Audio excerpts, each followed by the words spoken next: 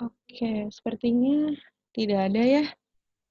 Eh, saya lanjut ke pemateri selanjutnya dengan nama Muhammad Mahameru Al-Farisi, asal instansi Universitas Negeri Jakarta, dengan tema pendidikan umum yang berjudul Analisis Kebutuhan Pengembangan I-Modul sebagai bahan ajar mata kuliah fisika dasar. Saya persilakan untuk memaparkan materinya. Ya, Assalamualaikum warahmatullahi wabarakatuh. Perkenalkan, nama saya Muhammad Mahameru Al-Farisi dari Universitas Negeri Jakarta. Nah, saya akan mempresentasikan paper saya yang berjudul Analisis Kebutuhan Pengembangan I-Modul sebagai bahan ajar mata kuliah fisika dasar. Next. Nah, pada bidang pendidikan, berbagai institusi perguruan tinggi sedang gencarnya melakukan pengembangan sistem teknologi yang mendukung pembelajaran jarak jauh atau dikenal dengan istilah e-learning. Nah, pengembangan e-learning ini sejalan dengan kebutuhan peserta didik akan bahan ajar yang fleksibel. Penggunaan bahan ajar cetak dianggap kurang praktis karena menyulitkan peserta didik dalam membawanya. Terlebih, jadwal peserta didik dalam sehari rata-rata tidak hanya satu mata pelajaran atau mata kuliah. Next. Ya. Terus di sini ada fisika dasar. Fisika dasar ini adalah salah satu mata kuliah wajib pada pendidikan teknik bangunan Universitas Negeri Jakarta yang diambil pada semester 1 dengan beban 2 SKS. Nah, penelitian ini tuh bertujuan untuk mengetahui nilai analisis kebutuhan terhadap pengembangan bahan ajar berbasis I-modul pada mata kuliah fisika dasar. Nah, analisis kebutuhan ini pada umumnya merupakan kegiatan pengumpulan data untuk mengidentifikasi kebutuhan dan keinginan dalam mengembangkan suatu produk. Next. Nah, kita ke kajian literatur. Yang pertama, bahan ajar. Bahan ajar ini adalah seperangkat materi yang tersusun secara sistematis yang digunakan sebagai alat bantu pendidik untuk menyampaikan materi ajar sesuai dengan kompetensi dan kompetensi dasar dan mengacu pada kurikulum. Nah, bahan ajar ini dapat menjadi salah satu alternatif untuk meningkatkan keefektifan dan kualitas dari proses pembelajaran. Next. Nah, selanjutnya itu bahan ajar ini memiliki beberapa fungsi. Yang pertama, pedoman untuk pendidik dalam melaksanakan kegiatan pembelajaran. Yang kedua, pedoman bagi peserta didik untuk menguasai kompetensi. Yang ketiga, membantu pendidik dalam kegiatan belajar mengajar. Lalu, sebagai perangkat untuk membantu tercapainya tujuan pembelajaran dan menciptakan suasana belajar yang kondusif. Next. Lalu selanjutnya ada modul. Modul ini merupakan bentuk digital dari modul cetak yang memiliki sifat interaktif sehingga memudahkan penggunanya dalam navigasi, menampilkan gambar, suara, dan video serta dilengkapi dengan alat evaluasi menurut Suasana dan Mahayuti 2013. Next.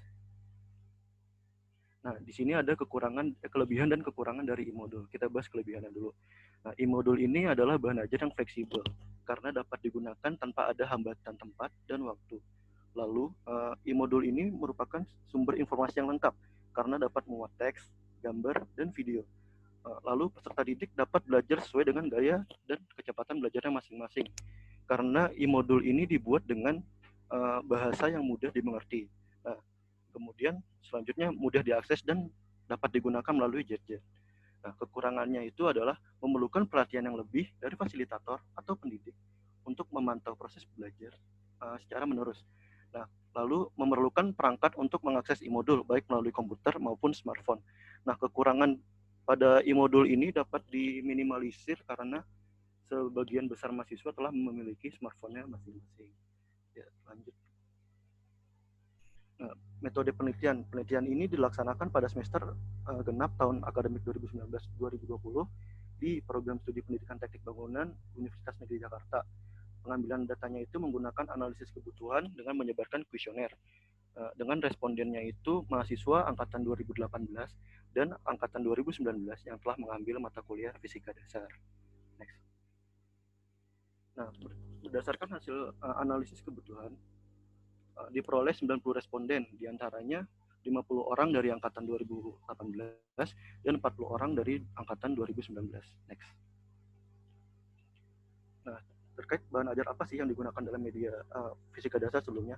menurut keterangan dari dosen pengampu, pada mata kuliah fisika dasar ini belum menggunakan bahan ajar yang sistematis, namun materi disampaikan dengan menggunakan bantuan slide presentasi PowerPoint. Nah, ini sesuai dengan analisis kebutuhan, menunjukkan bahwa 88,9% responden menjawab slide presentasi sebagai media fisika dasar. Selain itu, sebanyak 7,8% menjawab video animasi dan sisanya menjawab lain-lain. Next.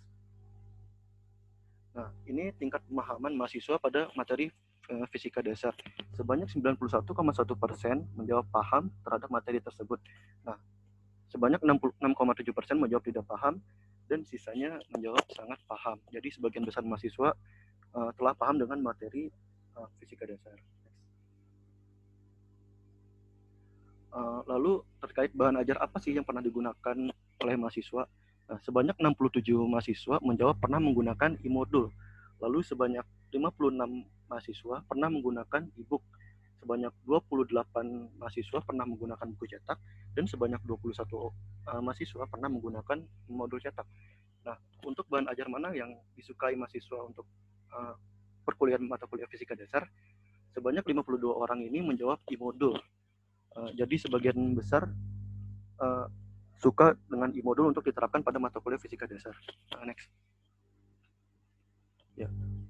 Ini bagaimana sih bahan ajar yang ideal untuk mata kuliah fisika dasar? Nah, sebanyak 78 orang menjawab bahan ajar yang ideal itu menyajikan latihan soal serta pembahasannya. Lalu sebanyak 63 orang menjawab bahasanya yang mudah dimengerti. Dan sebanyak 55 orang menjawab tampilannya menarik dan dapat digunakan kapanpun dan dimanapun. Lalu sebanyak 17 orang menjawab sesuai dengan tren. Lalu bagaimana bahan ajar yang cocok untuk dikembangkan pada mata kuliah fisika dasar? Nah, sebanyak 54,4% ini menjawab modul elektronik, 18,9% menjawab modul cetak, 17,8% menjawab buku elektronik, dan 8,9% menjawab buku cetak. Next. Nah, ini pertanyaannya, apakah setuju jika di modul ini dijadikan sumber pembelajaran pada mata kuliah fisika dasar? Mohon maaf, Bang, mengingatkan waktunya tinggal 1 menit lagi. Sebanyak 97,6% ini mahasiswa menjawab setuju untuk dikembangkannya e-modul pada mata kuliah fisika dasar dan sebanyak 2,4% tidak setuju. Next.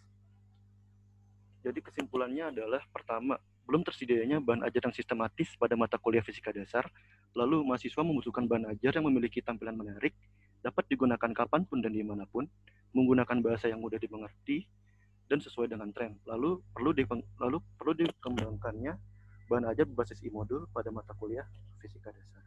Assalamualaikum warahmatullahi wabarakatuh. Baik, terima kasih untuk Bang Muhammad Mahameru atas pemaparan materinya.